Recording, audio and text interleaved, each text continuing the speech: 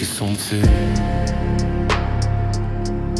En raison de leur vieillesse, ils ont pour la vie libre une haine implacable, elles puisent leur jugement dans des gazettes oubliées du temps d'Otchakov et de la conquête de la Crimée. Ils sont toujours prêts à gronder. Toujours ils chantent la même chanson sans s'appliquer à eux-mêmes le dicton. Plus c'est vieux, puis c'est où sont-ils? Montrez-les-nous. C'est pères de la patrie que nous devons prendre pour modèle. Ne serait-ce pas ceux qui, enrichis par le brigandage, ont trouvé contre la justice une protection dans leurs amis, dans leur famille, en édifiant des palais somptueux où ils s'abandonnent au festin et à la prodigalité, où les étrangers qui composent leur clientèle n'effaceront pas les traits infâmes de leur vie passée.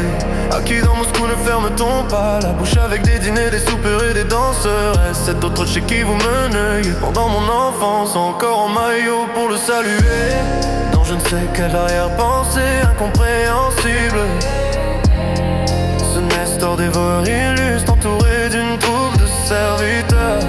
Par leurs ailes, à l'heure de l'ivresse et de la rixe, ils avaient sauvé plus d'une fois son honneur comme sa vie. Subitement il les a échangés contre 3 chiens d'arrêt. Ou bien encore celui qui, pour se distraire, pour donner un balai de cerf, rassembla par charretée entière des enfants arrachés à leur mère, à leur père. Lui-même l'esprit plongé dans les zéphyrs et les amours, il fit admirer leur beauté à tout Moscou. Mais il n'obtint pas de ses créanciers le plus petit délai. Tous les amours et les zéphyrs furent vendus l'un après l'autre.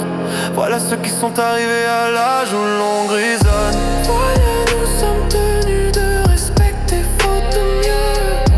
Voilà nos appréciateurs, nos juges sévères.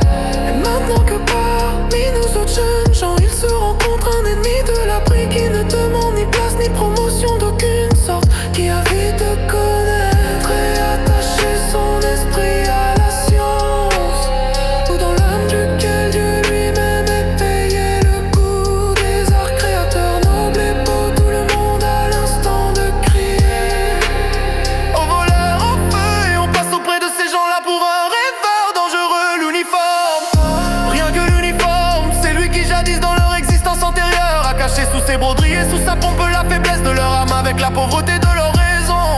Et nous n'avons qu'à faire bon voyage derrière eux.